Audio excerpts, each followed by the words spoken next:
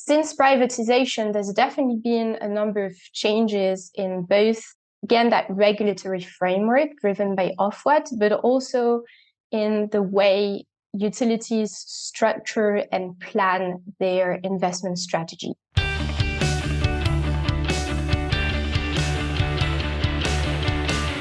I am Reese Tisdall, and this is The Future of Water, which we talk about all the ways which companies, utilities, and people are addressing the challenges and opportunities in water. Welcome to episode 100 plus one. So this is the 101st episode of the Future of Water podcast, and I know it's going to be a good one. That is because today I'm going to be joined by Bluefield Research's Chloe Meyer. Chloe's been doing some extensive analysis on the UK water market. And so in this episode, what we're going to hopefully do is dive into what seems to be a critical juncture facing the UK's water sector, particularly as it prepares for the upcoming AMP investment cycle. It essentially defines the budgetary outlook for what is the world's most privatized water market. So there's always a lot of eyes on the market for a number of different reasons. And I think just to kind of frame it, it's an unprecedented 105 billion British pounds of investment on the table, at least being proposed. So AMP8 promises to be the most significant cycle since privatization in the country. And Chloe, I think, hopefully we'll get into that.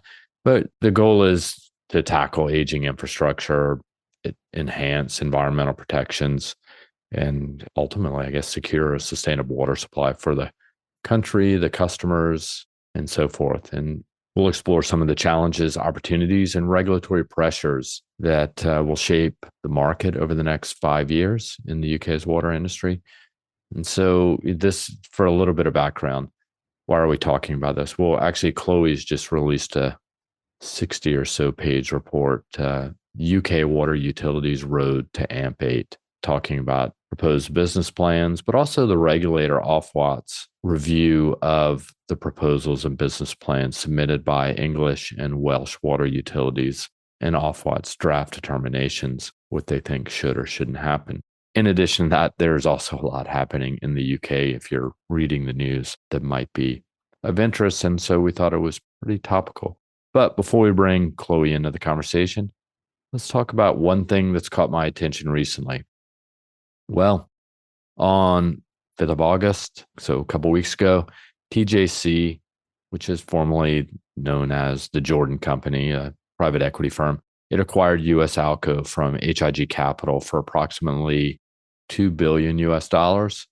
HIG will maintain a minority stake. And US Alco, who is US Alco? Well, it's a Baltimore, Maryland-based manufacturer of aluminum-based chemicals used primarily in the industrial and municipal water and wastewater treatment sectors. So that's why we're interested. Under HIG's ownership, which it acquired US Alco in June 2020, the company has grown significantly through acquisitions. It's expanded its, I think, facility footprint from 9 at the time to 33 facilities across North America, which has also made it one of the leading players in its respective segment. So we're really interested in that. I think it's important to not overlook the chemical sector. There's been some significant disruptions that have happened over the past couple of years, at least in the supply chain.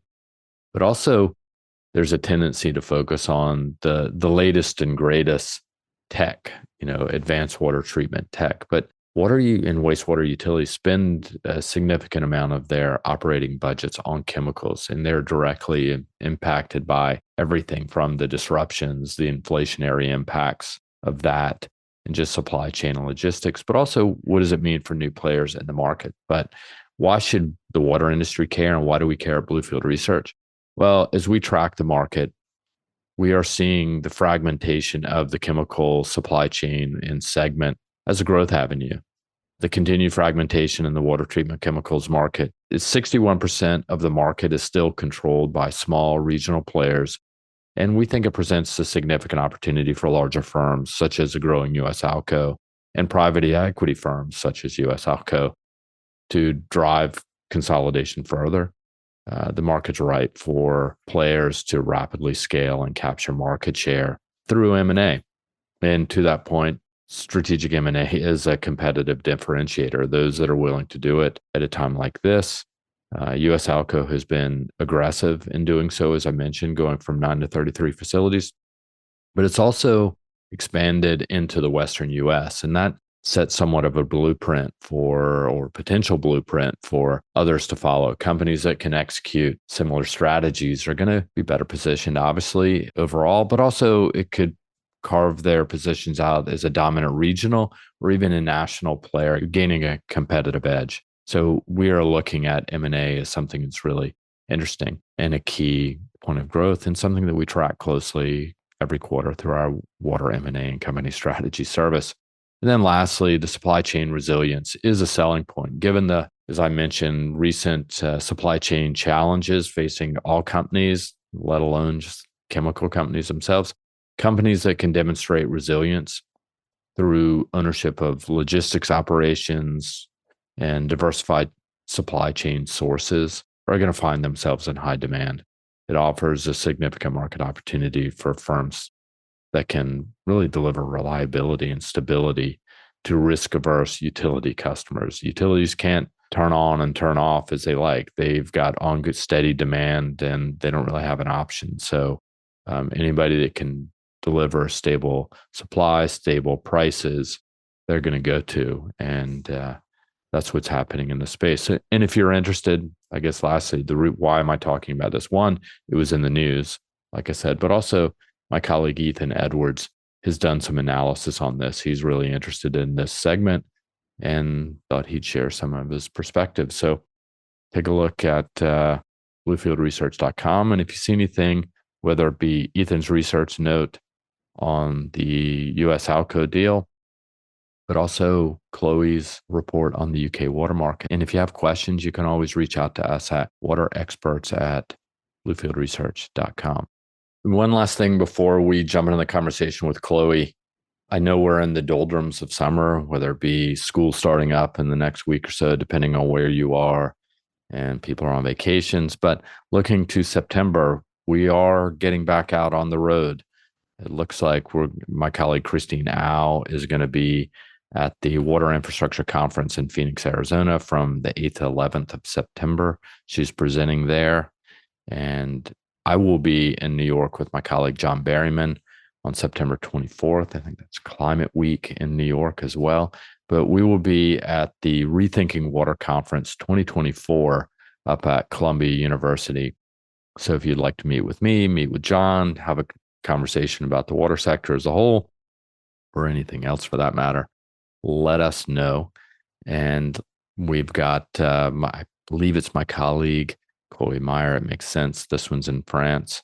The Water Reuse Europe Conference. We will be presenting at that conference as well. So for all you Europeans out there that want to stay closer to home, I believe Chloe and possibly others will be at that conference. And then further out on the horizon in early October, we will be at WEFTech 2024 in New Orleans, Louisiana, with a number of us there. We've got a number of client meetings already set up, presentations beforehand, and we would really like to see you there as well. That's a big one with upwards of 20,000 people walking the floor, talking water and largely wastewater at WEFTech. So if you'd like to meet us, once again, water experts at bluefieldresearch.com. Just send a note and say we'd like to chat, and we can set something up. And if we can't do it there, we can always do it by Zoom. So with that being said, let's get Chloe into the conversation and talk a little bit about the UK water market. All right, so I'm joined here by Chloe Meyer. Chloe, how goes it? Hey, Reese. Hey, everyone. Thanks for having me. It's great to be back on the podcast. It's going good. End of the summer here. We're in between Olympic and Paralympic Games, so everything is great. You're French, so you do summers and vacations and holidays better than we do here. I'm certain of that. One, we can't stop doing what we're doing here, but also, yeah, I'm sure it's really nice now that the Olympics are over. Now you can move about Paris and the city without security restrictions and registrations and all of the above. Yes, exactly. But to be fair, it was a really nice event, I think, from a sport perspective. I don't know whether it was time zones or not, but for us, we watched a lot of the Olympics and it was nice. And I think I told you this, like just watching even the cycling, or we talked a little bit about equestrian. It's just really nice. So I think it's no wonder half of the US is in Europe right now vacationing, driving everybody crazy. But all right, so let's get to it. So obviously I wanted to bring you on because you've been doing a lot of research on the UK water market. There's a lot happening in the UK. It's been in the news for a lot of different reasons, whether it be politically, policy wise, Brexit. But it's also sort of the time of the, can't say year, I guess it is the year, but also the decade, where we're running up on the AMP cycle, the asset management planning cycle. So we're at AMP8, and you've actually put some research out on that. But let's start with sort of some generalities, maybe. And can you give us a quick overview of the UK market? Like, I guess, why are we interested, and what does it mean? What sets it apart from other markets globally? Because it is somewhat different. Sure. And I think you're right. It's the UK market, and specifically the England and Wales one is very unique in sort of three different ways: in its structure, in the way it operates, and also in the way it is regulated. So if we look at the structure first, we have in England and Wales 16 large private utilities that essentially act as regional monopolies.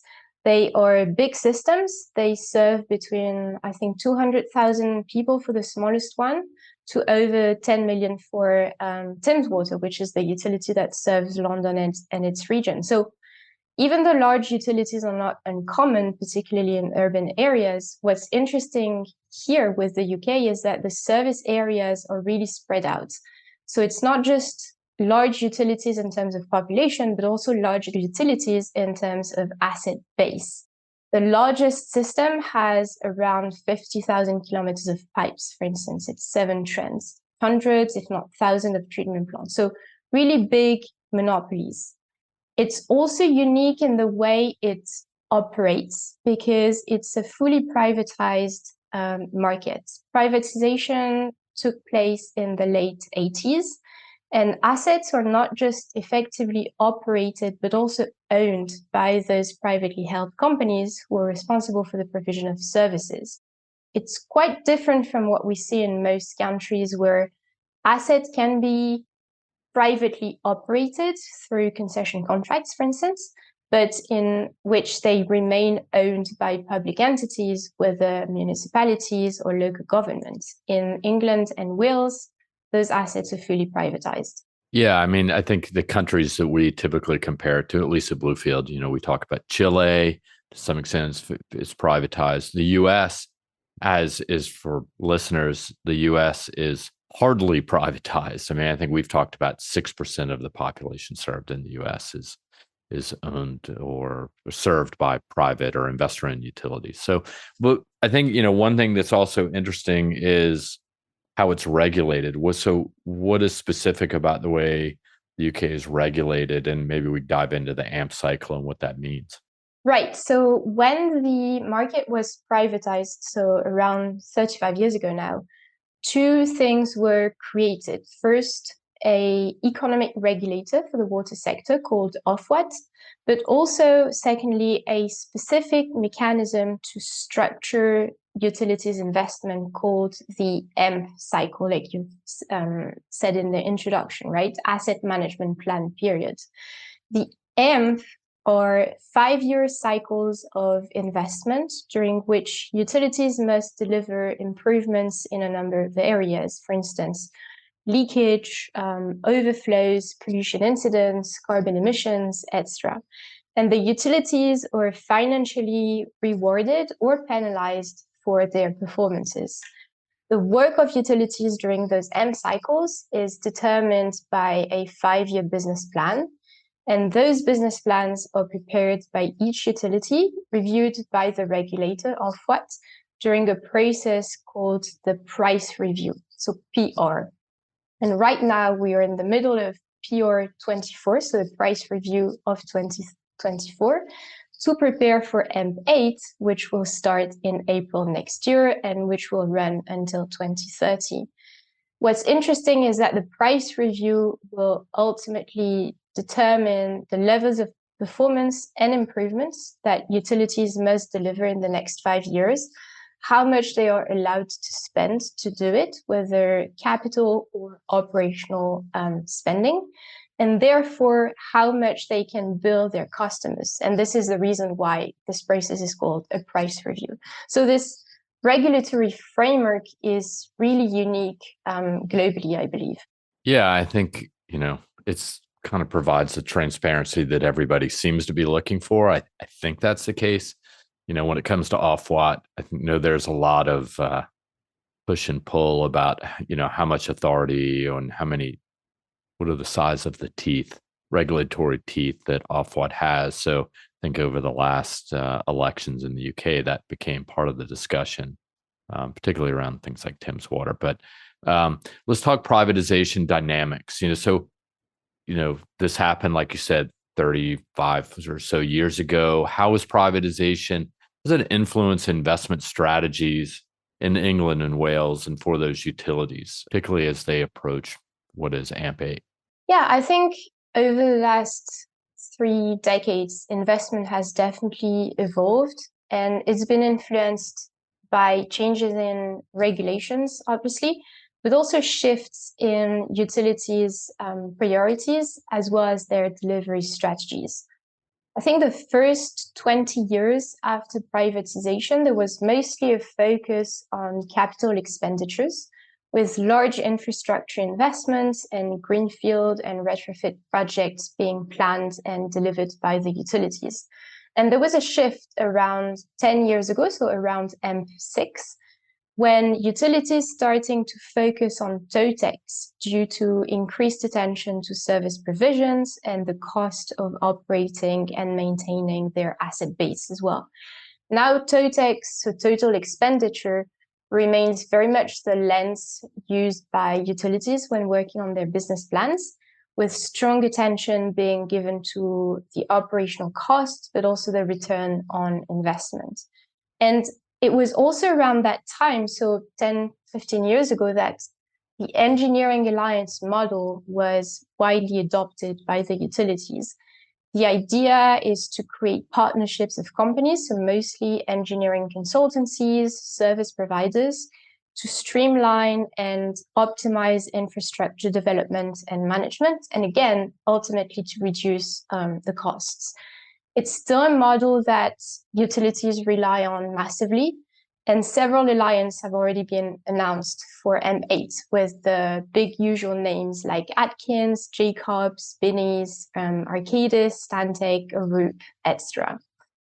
And I think historically as well, some regulatory mechanisms have changed, of course. PR19, so the price review that happened in 2019 in preparation of AMP7, was, I think, a pivotal moment in terms of the measurement of performance. A lot of reduction targets, for instance, leakage reduction, per capita consumption reduction, etc., were now measured against the 2019-2020 baseline. And it's also during AMP7, so during this cycle we're in still, that utilities were requested to publish their long-term delivery strategies, showcasing their plans to meet a number of performance targets in 2050. And for AMP8 specifically, Ofwat has proposed to change the outcome delivery incentives methodology so that all performance targets will now have both financial rewards as well as financial penalties or underperformance payments. And before AMP8, some performance levels were only subject to a reward, but no underperformance penalty or vice versa. So since privatization, there's definitely been a number of changes in both, again, that regulatory framework driven by Ofwat, but also in the way utilities structure and plan their investment strategy. Yeah, and I think your point about the companies, I think it's pretty competitive. At least all these engineering companies are bidding and sort of navigating with their proposals in the ramp up. So it's interesting to see who, to some extent, it's a lot of the same companies period over period, but there is some sort of, some entering and some exiting. One that stands out, you mentioned Benny's. I think that's the old partly Black and Veatch business, if I recall. So they picked that up when Black and Veatch sort of retrenched somewhat in the US and in some other markets that it's in. So the Ofwat, as I mentioned, and I think as did you, Ofwat's role and influence is huge, right? And sometimes they are under pressure because the argument is, or they are being stringent enough and regulating enough what's happening. So Ofwat's draft determinations that you've looked at, they've called for significant revisions of these business plans. I think that happens every time they kind of come back and do that. So how much influence does Ofwat actually wield or have over the long-term strategic direction of these utilities? Like you mentioned 2050 is now sort of the outlook. What role do they play, and are these tensions between the regulatory oversight and utilities ambitions, are they real? Right. So yes, Ofwat has definitely an important influence on utilities' business plans and what they implement. And to your point, the draft determinations are an example of this, right? Utilities have proposed almost 105 billion pounds of investment for AMP8, and Ofwat has now told them that they can only spend 88 billion pounds. So the regulator also called some systems out and requested them to set out more aggressive performance targets. So now utilities have to revise their plans before submitting them back to Ofwat. So the influence is there really.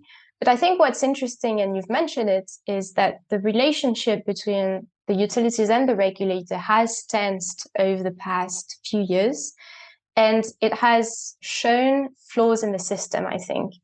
For instance, historically, Ofwat has requested investment to benefit present consumers and customers.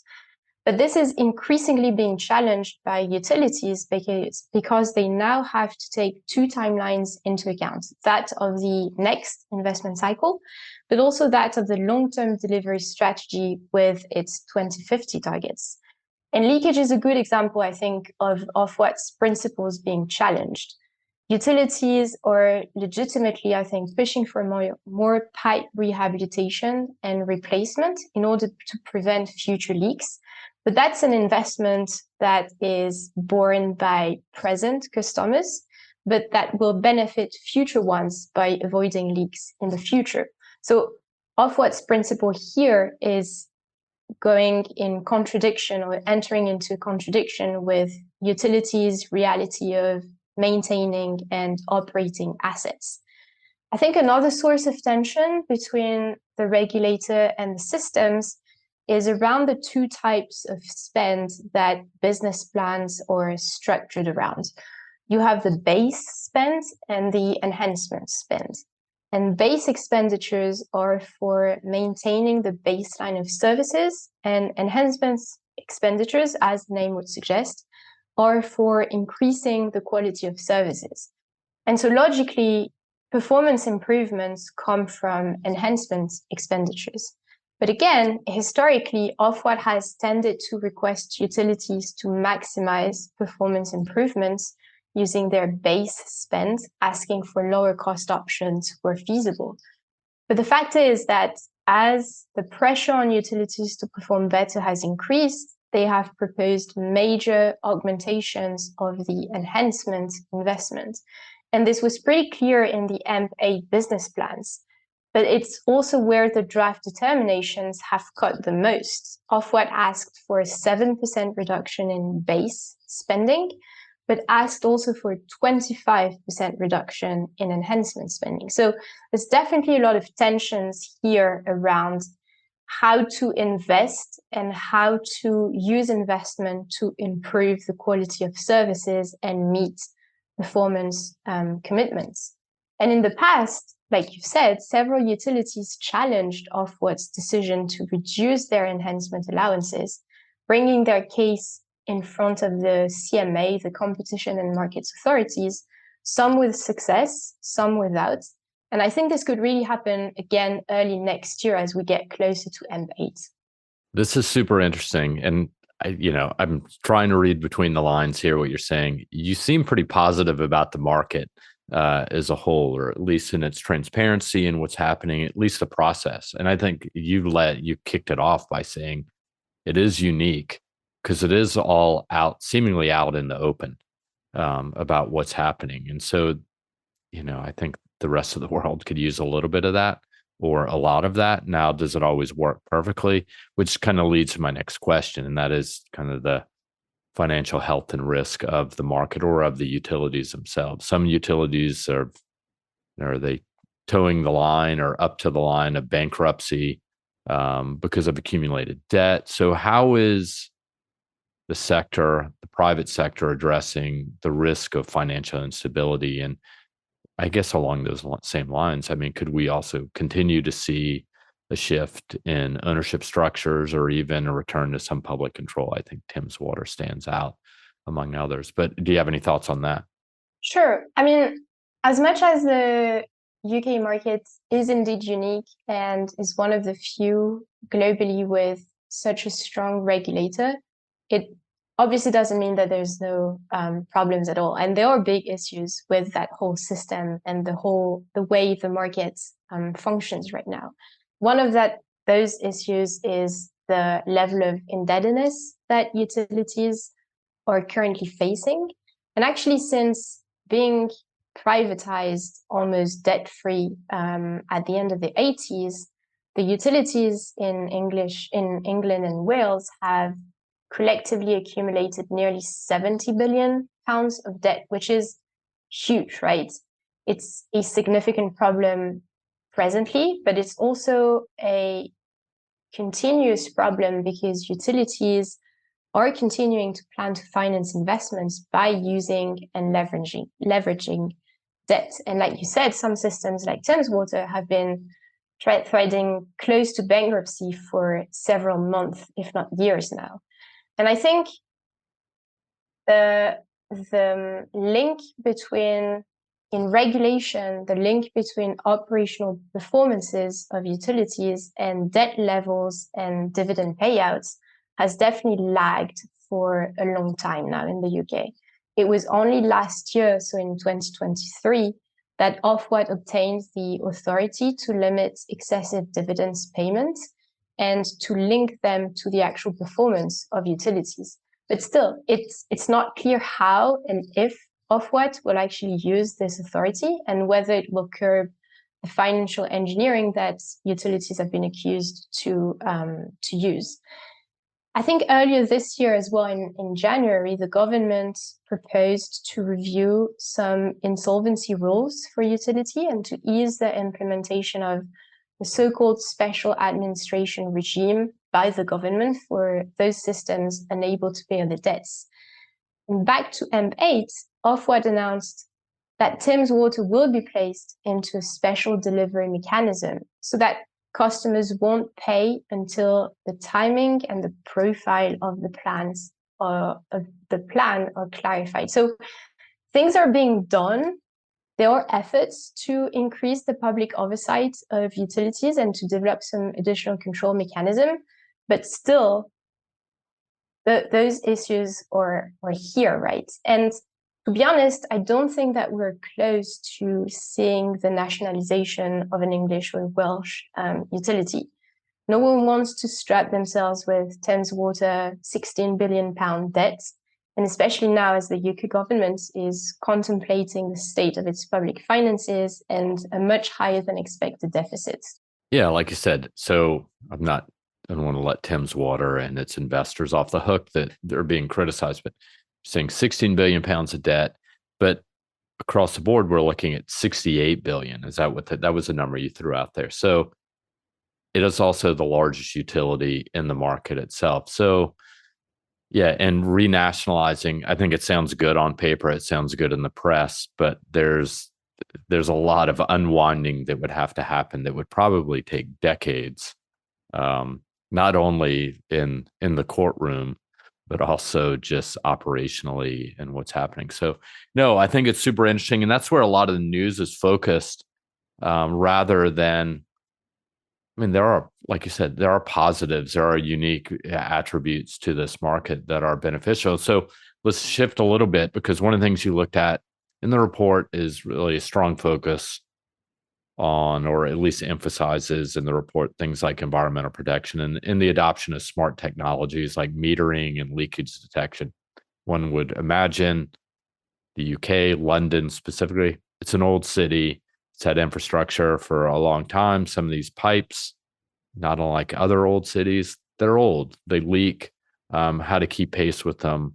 So when it comes to technology like metering and leakage detection, how are these advancements, how are they expected, or even now, how are they reshaping the operational landscape for utilities? And could it lead to changes in the sort of water management paradigm, by at least by the end of AMP8? Are there signals in the proposals? Right. So definitely the questions of the availability of water and the quality of the environment are at the heart of the AMP8 business plans. And again, longer term, they are at the heart of the long-term delivery strategy and those 2050 targets. And again, it ties back to this sort of two timelines, right? The short-term timeline and the longer-term timeline. And to sustain the availability of water, utilities have obviously to look at both supply and demand. Smart meters are being pushed as a way to influence customers to consume less, and as a way for utilities to identify leakages. Ofwat has also requested utilities to invest in smart technologies and better data to reduce leakage levels. And when looking at environmental quality, it's really about infrastructure investment to better capture and manage stormwater and wastewater, but also back into the idea of producing more and better data and leveraging those data for optimizing management. It's about increasing telemetry to improve the monitoring and the control over the infrastructure. And I think the UK is one of the most digitally advanced or digitally mature markets globally. And the plans for AMP8 do really exemplify how the sector is trying to further leverage data in order to be less reactive in managing their assets and move into predictive analytics. At the end of the day, it's back to a question of cost optimization, both operational and capital, through targeted activities, keeping in mind, to your point, that the networks and the assets are aging, if not already old, for a vast number of them. Yeah, so sort of sticking to that, I mean, despite the ongoing efforts, the leakage stands out, right? Everybody talks about it. I mean, it's between that and I think it's stormwater or wastewater overflows. So let's stick to leakage, though. What strategies are being proposed? What are we seeing? Is there anything unique? And how might these efforts, when it comes to leakage, how might they tie into broader sustainability goals? And I guess, I think just sort of wrap that as, are there any emerging technologies or maybe methodologies that could offer a breakthrough, if any? Right. So English and Welsh utilities have adopted the PALM, PALM approach for a few years now, and it translates into the prevention, the awareness, the location, and the mending of leaks. And several methods and technologies are used by utilities to deliver this PALM approach. For prevention, we are looking at pressure management or advanced pressure management, pipe rehabilitation and replacement with condition assessment, for instance. With regards to awareness, utilities are implementing a range of high and low technology solutions. High technologies can be fixed acoustic leak detection loggers and correlators, for instance, as well as satellite detection. And on the lower tech end of the spectrum, we have methods like using sniffer dogs, for instance. And indirectly, smart metering does contribute to developing that awareness around leakage. When it comes to location, utilities are essentially using active leakage control with people on the ground, teams doing lift and shift with listening sticks. And finally, around mending, it's really about optimizing the repair of pipes, including with no-dig pipe repair solutions to avoid disruptions. So there's already this sort of holistic strategy that is really about not just leakage detection, but leakage management as a whole, including the prevention of leakage. I think there are two main changes in the AMP8 plans. The first is how utilities are advocating for more pipe rehabilitation to prevent leakage, like we've discussed earlier. And they are definitely also pushing for more smart technologies. For instance, most utilities have planned to increase the share of network covered by fixed acoustic leak detection loggers. And conversely, the majority of systems are also planning to keep the hours of active leakage detection activity stable with people on the ground, or even decrease it. And this means that utilities have really identified smart technologies as being an efficient way to deliver leakage reduction and optimizing on-the-ground work. So again, back to this idea of becoming smarter, I suppose, or leveraging the data to optimize the operation of assets. Okay, so you said something that I just want to make sure I heard correctly, and maybe everybody else. Did you say sniffer dogs? Is that like, are we talking animals as in like? Yes, absolutely. All right, so it's really funny. So it's hard to believe that that is the case, and it does work because I remember, man, it was definitely pre-COVID. I remember being at Great Lakes Water Authority, and there were meetings. Actually, I was doing something like a workshop with Arcadis. I think that's where it was, and we were talking about leakage management, and sort of preventative maintenance and such. And someone said, "Look, I think they were from Arkansas, said, look, the most economic, easiest thing to do is just get a good dog and walk down the street, and they will smell all the." I mean, I guess it's real. Yes, and it's still being used as a legitimate way by some utilities, particularly in more rural areas, to detect leaks.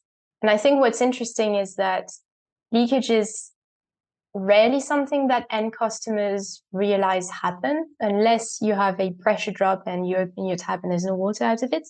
But a lot of utilities have also realized that having sniffer dogs is also a way to engage with customers, because people are just attracted by animals and then they come to the technician and ask questions. So it's also a way beyond detecting leakage, it's also a way to engage with the public on the work that utilities are doing and how they're maintaining assets. Yeah, I think that's definitely the upside. I think the downside is people might say, "Oh my God, what are we paying for? We're paying for people to walk up and down the street with their dogs." I like it. I mean, I actually really like it, and that's definitely taking that home with me to talk about with my friends. So, all right. So now for the fun, for some, maybe not so fun for others. One question that sort of hangs over all of this is Brexit, right? With Brexit sort of altered the landscape. It's altered public sentiment about the UK as a whole. And then it gets into, and not to be overlooked, are the impacts on environmental standards and funding that were once under EU jurisdiction. So is this really having any impact on sort of whether it be the regulatory landscape or what utilities and companies are doing when it comes to water or wastewater management? Yeah, so after Brexit, so in 2020, the UK has retained some European water standards through transposition, while also scrapping others. So the EU Water Framework Directive, for instance, was transposed into English law after Brexit. But on the other hand, there have been some diversion from EU standards, with some pesticides, for instance, being authorized in the UK while they are banned in the EU. And I think to some extent, Brexit has also already shown impact on the water sector in the UK. For instance, I think it was in 2021 during the summertime, Brexit and admittedly also COVID caused disruptions to normal wastewater treatment. Supply chain bottlenecks for accessing certain chemicals needed for water treatment led the UK Environment Agency to authorize impacted utilities to temporarily discharge effluent without meeting the conditions of their permits, something that wouldn't have been possible in the EU without consequences and most likely a financial payment or fine. I think it's a very important question because, especially as the EU continues to move forward with its regulation, there's a risk that the UK may start to trail behind. For instance, the EU revised earlier this year its Urban Wastewater Treatment Directive, so the corpus of text that govern the treatment and the handling of wastewater in the European Union, in member states. And the EU introduced an obligation for pharmaceutical and cosmetic manufacturers to pay for the treatment of their wastewater by utilities. In other words, the EU requested them to pay for the pollution that they generate. The EU also requested large wastewater treatment plants to implement treatment to remove micropollutants. And right now, England is definitely not planning to adopt a similar law. So there is this sort of divide or gap that starts appearing in between England and Wales and what the EU continues to do in terms of regulation. And I think in the UK, it looks like a lot of environmental quality regulations are focusing on water and wastewater utilities by, like we mentioned, requesting them to invest in solutions to limit pollution incidents, to limit overflows, etc. But the holistic approach to water quality, which takes into account other point and diffuse sources of pollution like the industry or industrial activities, agriculture, and which is really quite strong in EU regulation, is sort of lagging behind in England. So there's definitely the risk of seeing a gap getting bigger here in between standards in application in the European Union and those in application in the UK. Yeah, I don't know how much of that is because of sort of just different approaches to just different regulatory environments. They're sort of dividing, going their own way. But the other part is like economically speaking, right? This is one of the things I always sort of, it's a generalization, but the UK is under financial stress. It's had all sorts of over the past decade or two. Obviously, the recent election has sort of indicated as such. And when it comes to like whether it be energy prices, supply chain, the UK, I mean, it's just getting crushed in many respects. I don't know if that impact has been as great in Europe, at least as a whole. And so I don't know much of also the regulators over time in the UK are going to say, look, we can only add so many more regulations. We can only add so much, because tightening of regulations typically means an increase in costs in one way or another. Now, I'm not to exclude the benefits on the back end, whether it be clean drinking water is one way to look at it. So it'll be interesting to see how that plays out. And it would be interesting even, a decade from now to look at where does the UK stand versus the rest of Europe. Will Europe be so much further ahead in so many other things like PFAS or even, biosolid management or micropollutants, where the UK, like you said, if they're already lagging behind, I don't know if that bodes well going forward. So if you had to tell someone, sort of, this is my last question for you. If you had to tell someone, perhaps a new, want to be new market entrant, they're looking at the UK, and you wanted to tell them about the market and really opportunities and its future outlook, is there anything that you would tell them, like good, bad, ugly, or all of the above?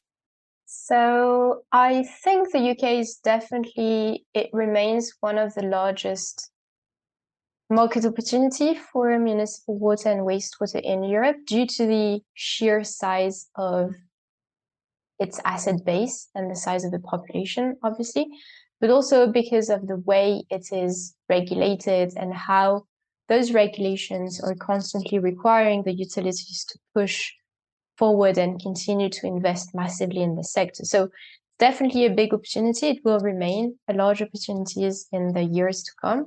And it's also, again, back to the way it's regulated, probably one of the fastest growing markets in Europe. Again, if we look at the municipal segment, I think there are lots of opportunities in terms of both infrastructure, again, with the objective of better managing stormwater, for instance, or better ensuring the sustainability of water supply. There are lots of very large infrastructure projects being developed at the moment for transferring water between one utility service area to another, implementing retention and detention tanks underground to manage stormwater, etc.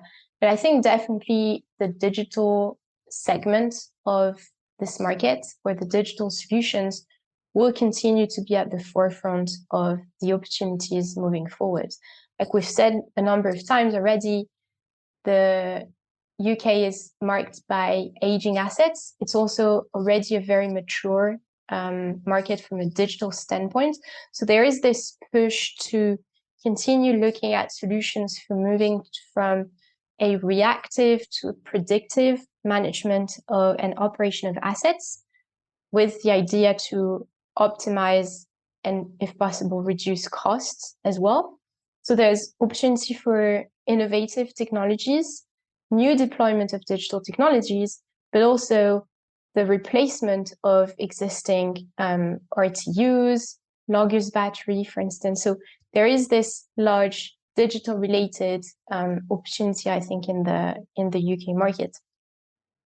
One more downside aspect of it I would say is the fact that it's a small market in terms of the number of customers. We are speaking about 16 large utilities, which is a fairly restrained number of potential customers. And it's a market that is already full of vendors.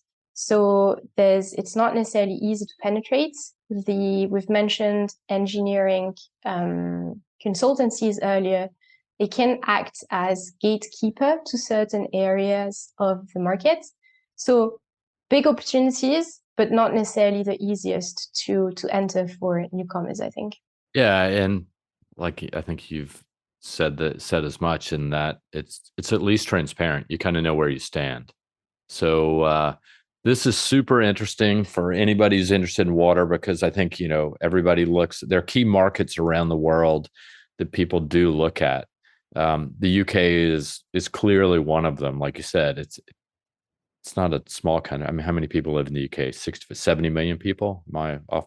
So 70 million people, but limited number of utilities. But they are being, someone's turning the screws on them to be more efficient and find and achieve performance targets over time. So I think that's really important. Whereas, the alternative is a incredibly fragmented market, whether that be other European markets, whether it be Spain or France, or definitely the US. So the UK is interesting. So I know you've spent a lot of time on this. I know you've talked to a lot of people about this. So maybe I'll finally set you free and you can move on to other markets and other research. But this is great. So thanks a million for jumping on and sharing your thoughts on the market. This is helpful. Of course. Thanks for having me. All right. So, man, we could have gone on forever, but that's a wrap for the 101st episode. So thanks for being part of the journey. We're excited about the future of the water industry, including the UK, and the innovations that lie ahead. So in this case, stay tuned for more insightful discussions from people like Chloe and my other colleagues at Bluefield Research with the expert interviews. So here's to the next 99 episodes so we can get to 200. So that's the next goal. Before we sign off, if you're in Boston, Barcelona, or really anywhere for that matter, let us know. We'd enjoy the opportunity for a meeting. Please subscribe. Please, please, please. I'll say it again. Please give us a review. It really helps. It helps our site engine optimization. It helps us move up the rankings for podcasts. And if you like water, just do it. We're just giving you information, hopefully that's useful. And if you have questions, comments, or there are topic ideas you'd like us to discuss, send a note to us at waterexperts@bluefieldresearch.com. We're doing this for you. Lastly, tell a friend about it. This podcast and these water industry insights have been brought to you by the one and only Bluefield Research. To learn more about us, visit us at bluefieldresearch.com. Until we talk again, be well, be safe, and take care.